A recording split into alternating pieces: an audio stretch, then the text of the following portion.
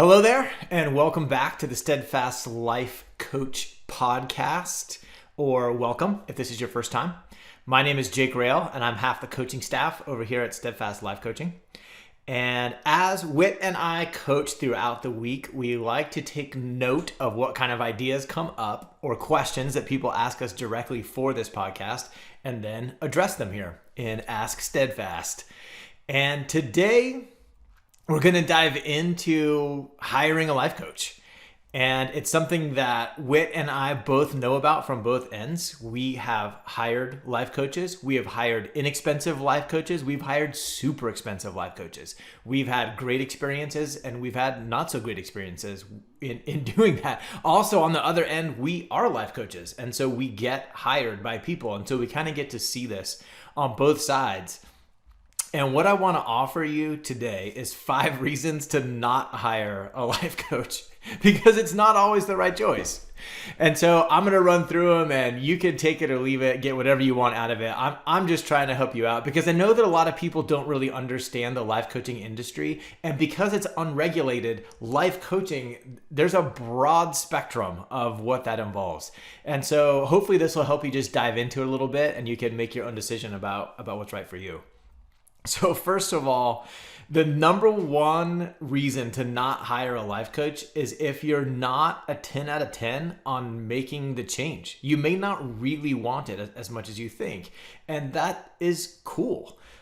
If you're a 7 out of 10 in whatever change it is that you keep telling yourself you want to make or might hire a life coach for, but you're a 10 out of 10 in increasing the balance of your savings account, you're never really going to be happy with the life coaching container, because you're trading a 7 out of 10 desire for a 10 out of 10, and it's just not going to feel right.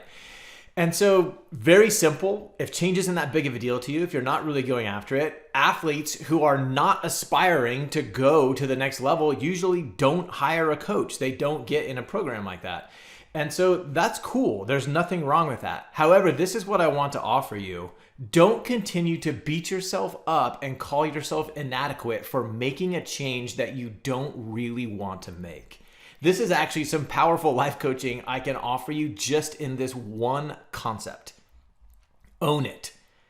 Be real with yourself about how bad you want to change, because if what's going on is that the change desire for you is only a 6 or 7 out of 10, it could be that you're only a 7 out of 10 to lose the weight. It could be that you're only at a 7 out of 10 to wake up early in the morning, to, I don't know, find the perfect spouse or take your relationship to the next level or hit that sales goal or build that business.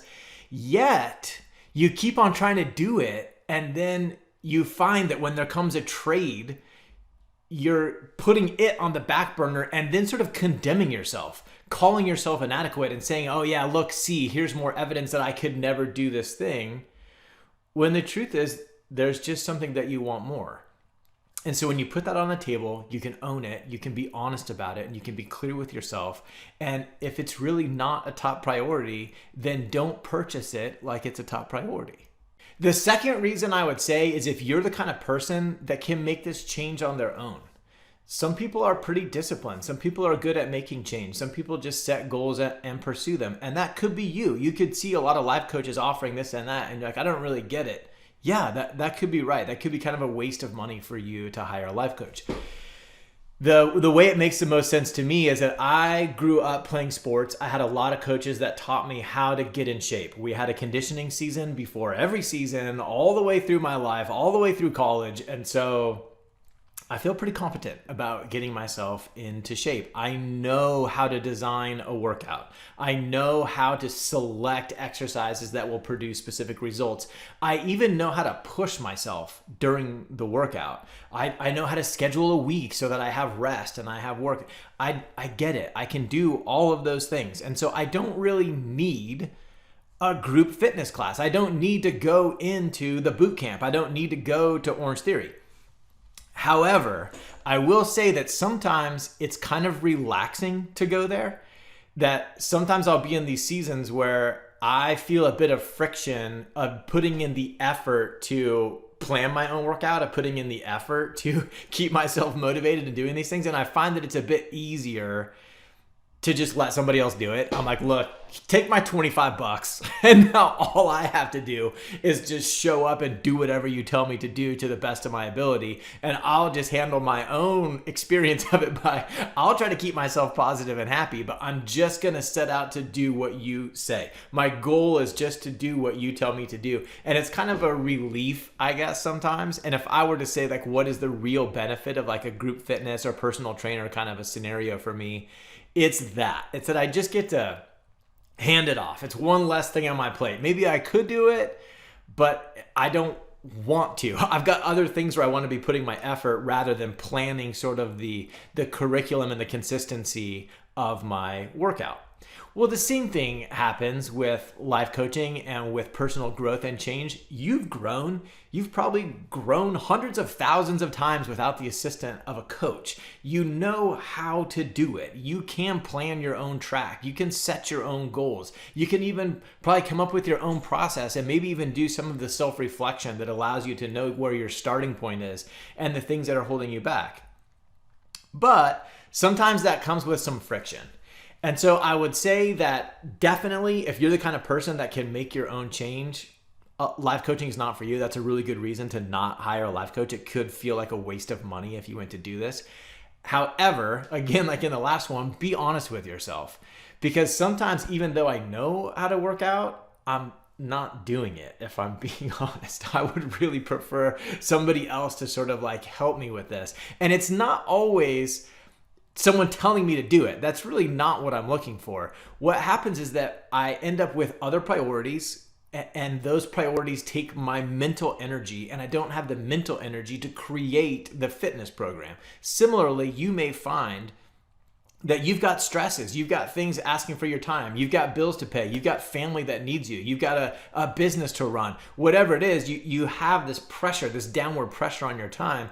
And so it might be nice to know like, okay, I just have someone else to do this. And like I said, I hire coaches. And one of the things I love about having a coach is knowing that the coach is there even when I'm not using them. That I'm like, okay, I'm in this season, I'm on this road trip, I'm focused here, but I know that on September 23rd, I have a meeting and I will be with that coach. And this train doesn't get to go infinitely in a direction I don't want to go. I know where there's a boundary. I know where I have this meeting, this session, and things are going to be evaluated and the intentionality is going to come back into my process. I love the feeling of having that meeting somewhere in the future, even when I'm not pursuing any kind of growth in the present.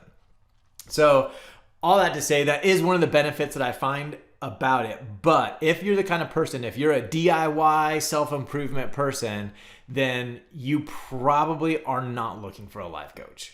The next one I would say is if you've got it in your mind that you're looking for accountability and you come across somebody referred by a friend or on the internet who's like, we offer accountability.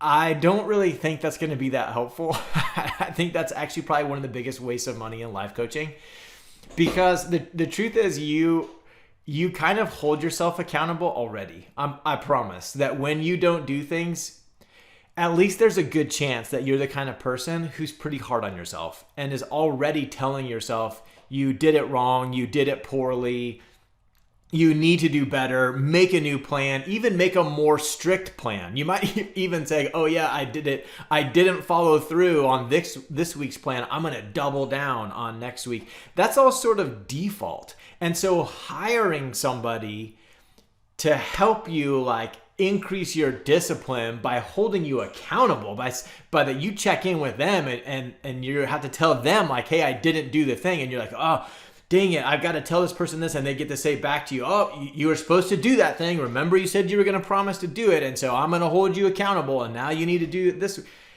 It's just really not that helpful. Now, if you can find a life coach that understands the fuel, that's where it's been most beneficial for me. Because sometimes I do make plans for myself and I do get stuck and then I do come down hard on myself and it actually makes me worse the next week. And there are lots of life coaches out there, the good life coaches who are out there that I have sought out their attention, not for accountability, but to increase my experience of executing, to increase my experience of consistency, to help me fuel with peace and joy and confidence to accomplish the things that I want to accomplish. Now, that's next level coaching. That is not accountability coaching. We're not talking about simply putting red X's on a calendar and you either get a thumbs up or thumbs down from your coach. We're talking about somebody that understands the dynamic between what you think and how you feel and what you do. And if you find that you're not doing the things that you want to do, or that you do them temporarily because they're fueled with feelings like dread, and you're like, yes, I can throw a little pep rally in my head and I can fire myself up and I can overcome that dread and I can do those things for a while, but then I don't. That's where there are actually coaches out there that help. One of the analogies that I like, if you think back to a sports coach, is that a sports coach is doing more than having you show up at practice. It's not just accountability. It's not, the coach isn't saying work out today and train today. Good job, check. My work here is done. You now are accountable to follow your routine that you set out. The coach is understanding you, is making adjustments, is bringing their expertise about the game, and most importantly, their perspective. Because as you're executing on the field or on the court, you have your perspective from the sideline, removed from the emotion and the pressure. This coach just has a different perspective. And when you merge those perspectives, a lot of times what you both feel about what's going on meets what's real. The feels meet the reals. That's what always happened in the video room. Remember that when you were playing sports? And so I don't want to say that it's never good to hire a coach if you're not being consistent, if you're not doing the things that you say you're going to do. If you keep on promising yourself you're going to live life in a certain way that you don't, it might be good to hire a coach if you're being selective about the quality of that coach and not just seeking out accountability for accountability's sake. Because I would say that's about 90% of coaches out there, and I have found that it's a waste of money, and it's something that Whit and I are committed to never providing as what represents us and the quality of what we do here at Steadfast Life Coaching. The next one I'm going to say is that it is not a good idea to hire a coach who has a 5-step process to get what you want. If you wanted a 5-step process to know if I did this, this, this, and this, then I would have it, you could probably just Google that and have 1,000 different results come up that would give you those same 5 steps. And the reason that doesn't work is because that's not how it works. Because every situation isn't the same, because everyone's coming at it from a unique history, a unique experience, a unique skill set, a unique set of circumstances, a unique family life, a unique location. There's so many things that are unique that these 5 simple steps, it's just not real. It may work great, I guess, if it's like a life coach for a kid who's trying to get into college and they're like, okay, first, do your homework and then communicate with these teachers at your school, then write these emails to the college. Like, it could be that there are steps for something that's a little bit more simple like that sort of, hundreds of thousands of people accomplish every year. Yeah, there could be 5 steps for something like that. But if you're looking at improving your marriage, if you're looking at taking a business that's not performing monthly in a revenue standpoint the way you like and increasing that, if you're looking at getting over some of the fears you have about speaking about your business out in public, or just fears in general that are holding you back from whatever goal you're trying to pursue, it's probably not 5 simple steps. Now, I will say this. I have had coaches who operated under the mental framework that the solution is inside of me, that I actually already know my 5 steps, if you want to call it that, to reach where I'm trying to go. And that what I need to do is be able to look inward, to be honest, to get aligned with my own values, and to have the courage to actually step out in what I know is my next right move. Now, that kind of coach, it helps me identify those things and then find the fuel and the experience to do those things. That kind of coach understands that what I want to do is try something and then evaluate the results and also how I felt doing it. And then I want to make adjustments so that I can adjust both the results and the experience I'm having. And then I want to make a new plan, and then I want to do it. And then I want to evaluate that, and then I want to make adjustments. And that going through that process, they understand that that process is going to reveal the steps that I want to take to get to where I'm going.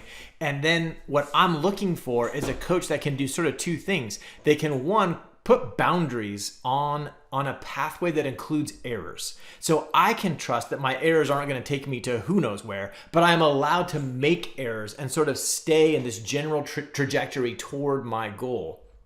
And also, they can keep me moving. They can understand that where I'm thinking I want this car to be moving forward. They are like, no, keep turning the wheels. If you just keep spinning the wheels, the car will move forward. And the faster and more efficiently you can move through this plan, execute, evaluate, adjust sort of a cycle, the faster this car is going to move, the more efficiently it's going to go towards its destination. And so when I can find that kind of coach that can fuel that, it is very helpful. But I have clicked those things when the coach has these 5 simple steps. And I find that it's really just somebody who doesn't understand the real process of actually making lasting change in your life. Now, the last one I'm going to mention, especially for Christians, is that you don't want to find a coach, or it's a bad hire to hire a coach that's too focused on self-empowerment. It's all about me. Let me take charge of my life. Let me take control of my results and my future.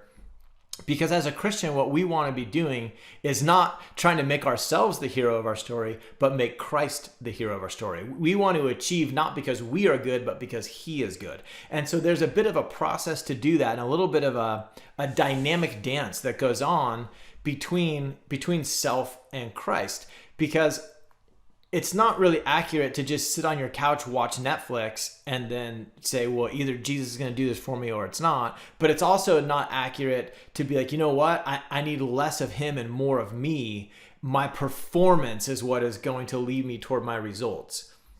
We want to be in this space where we can... we want to cast our crowns at the feet of Jesus, right? But I need to have a crown first before I can do that. So what I want to do is I want to have the tools and the knowledge to take this crown, to own it.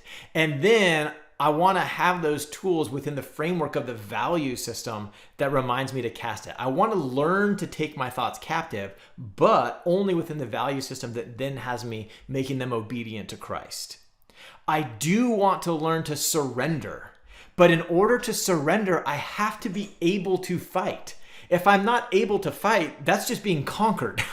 I want to have the ability, the tools to be able to affect change, and then have the value system that surrenders that empowerment over to Christ. And that's the way it works best, and that's the way that we move forward the best. Because the one place where Christ has limited his authority, where God has limited his authority into our life, is in our thinking. Because Jesus is always asking people, imploring people to think in a certain way. He's saying, believe in me. The work of the Father is this, to believe in the one he has sent, to think a certain way, to think that Jesus is the Son of God, not to think that Jesus is someone trying to trick me. And so he's imploring us to think that way, but he's never forcing it.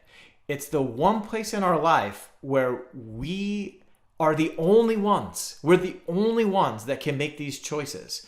We are the only ones responsible for our thinking. We're the only ones that can take that authority. And it's something that even though I believe an all-powerful God could take control over, he has chosen not to. And so that becomes our responsibility. And that's the place where I seek out coaching. And so I'm not looking for a coach that's going to make me the hero of the story. However, I am looking for a coach who is going to do 2 things. 1, offer me the tools, skills, and practice to learn to take my thoughts captive, to renew my mind, to take authority over my thinking, to take authority over my experience of life, but then also work within a context, within a value structure that says the reason that I'm doing that is to offer it over to Jesus, because that's true trust. If I don't have control of my thoughts, if I don't have my crown, if I can't still keep on fighting, if I don't know how to effectively take control of my brain, I'm not really surrendering anything. I'm not really offering anything. I don't actually have anything to surrender. And so that is the one place where I would say it's worth it to go dive into your self-empowerment, to learn to trust you. You might say to trust you so that you can trust him is the idea of our course and what we offer here at Steadfast Life Coaching. But that's also where I personally have experienced the benefit of this, is that when I can dive into those mindset tools within the boundaries of the values of Christian coaching, man, that is where my life changes and where I can really move forward quickly. So if you don't really want the change that bad, and if you're not looking for someone to create a growth experience for you, if you're fine with yours, if you're happy with your accountability structure of the way you sort of talk to yourself in your mind, and if you feel like you're taking the actions necessary, if you're thinking rightly, if you're trusting and believing in God, then I honestly don't think that a life coach is going to help you. I don't think it's a good move, and I think it's probably a waste of money. That being said, those are not the people that we work with. And I will tell you this at the end of this thing, that being a part of someone's journey, joining up, teaming up with someone and learning about what's in their mind and helping them to turn the dials on that so that they actually can increase their belief in Christ. They actually can increase their trust, not just in quantity, not just in quality, but in quantity. It's not that it's a deeper trust per se, but they can trust more often. They can recognize things like anxiety and fear and worry and stagnation. And they can say, oh, okay, let me put on the mind of Christ. Let me take my thoughts captive so that I can do this, so that they can co-labor with Christ. Because see, that's what Whit and I believe, that Jesus wants to co-labor with us, that he's saying, listen, you've got desires. You've got desires for things that are on earth. Now we're on earth, but we're not of earth. There's another kingdom that we're headed to, and this is the important one. But in the meantime, we're on earth, and you've got earthly desires. And Jesus is like, you know what? Find your earthly desires, find your passions, find the purpose that's in your life. My dad has put that purpose on you because he wants you to go that direction. And I will co-labor with you. I'll go with you on your journey to build that business, to build that marriage, to reach this level of health. I'll go with you. But we're going to do it together, because the purpose of it is actually not reaching that goal. The purpose of it is the relationship that we're going to build along the way. So as you start looking at all the different coaching options that are out there, there are tons of coaches that offer you the 5 simple step approach. There are coaches that say, look, this comes with weekly accountability. You're going to get a weekly text message or a weekly check-in or a daily check-in, and you're going to be able to have this accountability. And they're usually pretty low cost and still a ripoff. They're still not providing the value they're worth. There are also coaches out there who charge thousands of dollars a month, and they get it. They've got this like high level understanding of mindset and how it works. They can offer you tools to actually take authority over the way you think and literally affect the way that you experience life. And you will find that even those coaches that charge way more, they actually provide double the value that they're charging. These are the coaches I hire. These are the coaches I love. These are the coaches I would recommend to anyone looking for a coach. Now, Whit and I, we wanted to design this in such a way that there's sort of a tiered approach so you can get what you need. You could do just sort of a little more do-it-yourself program with some boundaries in a digital way. Maybe you want to add some weekly coaching to that. Or maybe you like the idea of having Whit and I in your back pocket, where we're just a phone call away and you've got us on retainer, and anytime you need to make a big decision, or you find that life has kind of slapped you around a little bit, or you notice that you're just sort of stagnating and not doing the things you want to do, we're just right here for a phone call or text. Could be that's what you're looking for. Or it could be that you want the full VIP experience, where you're like, look, I need to heal, I need to grow, I need to change my mindset, I need to believe new things because I want this, it's big and I want it bad and I want to go after it right now. Perfect. We have a program for that as well. And what we love about everything that we offer is that it's always double the value of anyone else, because there's 2 of us and we're both really good at what we do. So hopefully that helps in some way. I think that in a lot of cases, I think that life coaching is a waste of money. I think there's a lot of people that don't need it. In other ways, I think that it's everything. And I know that for myself, I used to be really hesitant about getting coaching. I was I can do it myself kind of a person. And what I ended up realizing is that there are a lot of athletes that just train themselves and they don't have Olympic-sized dreams. Any athlete with an Olympic-sized dream has a coach. And so once I started talking stuff out with Whit, once we started dreaming about the things that were possible in our life, we realized that the life we want, the size of life we want, the effectiveness we want to pursue, the more we were honest about how strong that desire is in our hearts, the more we realized we were kind of aiming at an Olympic-sized life. And an Olympic-sized life, it just makes sense to have a coach. So if that's you, if you watch this and you're like, you know what? I've been kind of saying that I could do it on my own, but I'm realizing that the call on my life is bigger than what is appropriate to be pursuing without some sort of help and assistance on this thing, then it's probably time to reach out. And whether you want the digital content, weekly coaching, if you want Whit and I in your back pocket, or you're looking for that full VIP experience, come check out Steadfast Live Coaching at steadfastlifecoaching.com.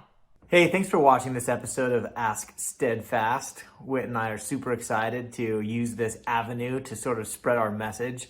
And so it would mean a ton to us if you'd subscribe to this channel.